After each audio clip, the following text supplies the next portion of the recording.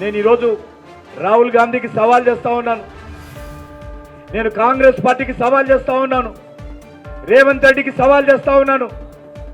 మీరు ఇచ్చినటువంటి హామీలు అమలు చేయడానికి మీ దగ్గర ఏ రకమైనటువంటి కార్యాచరణ ప్రణాళిక ఉంది? మీరు అబద్ధాలు ఆడి అబద్ధపు గ్యారంటీలు ఇచ్చి తెలంగాణ రైతులను మోసం చేయడమే తప్ప మీరు ఏ హామీలు కూడా అమలు చేసే పరిస్థితి లేదు. ఒకవేళ మీకు చిత్తశుద్ధి ఉంటే ఏ రకంగా హామీలు అమలు చేస్తారో దానిపైన మీకు సమగ్రమైనటువంటి కార్యాచరణ ప్రణాళిక ఉందా? తెలంగాణ ప్రజలు చూశారు గతంలో బీఆర్ఎస్ పార్టీని. హామీలు ఇచ్చాడు, దళిత బంధు, దళితులకు వెన్నుపోటు పొడిచాడు బీఆర్ఎస్ ఆ రోజు. గిరిజన బంధు, గిరిజనులకు వెన్నుపోటు పొడిచాడు.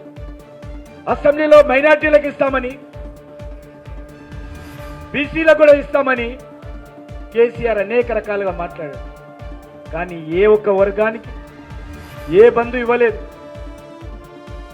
మరి ఈరోజు అడుగుతా ఉన్నాను, ఆ రోజు బీఆర్ఎస్ పార్టీ అనేక సంవత్సరాలు తెలంగాణ ప్రజలకు వెన్నుపోటు పొడవడం జరిగింది.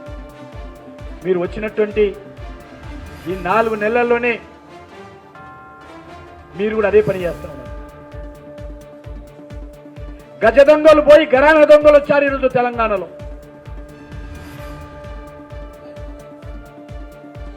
ఒక కుటుంబ పాలన పోయి మరొక కుటుంబ పాలన వచ్చింది. ఒక వస్తువులు రాజ్యం పోయి మరొక వస్తువులు రాజ్యం వచ్చింది.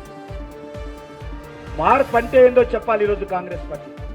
మార్పు మార్పు అన్నారు, ఒకటైతే మార్పు జరిగింది. కేసీఆర్ కుటుంబం పోయి